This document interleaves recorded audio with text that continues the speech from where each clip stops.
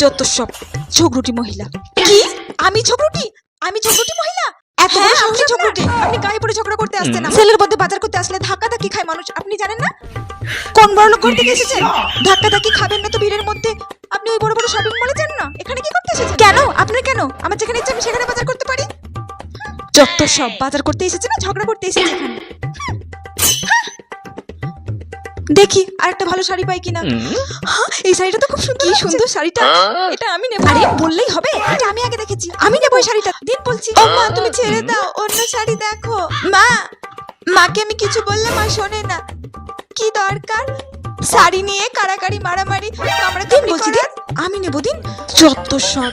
ওই শাড়িটা নিয়ে গিয়ে একদিনও পরতে পারবেন না আপনি। আপনার শাড়িটা একদম ছিঁড়ে যাবে, ছিঁড়ে।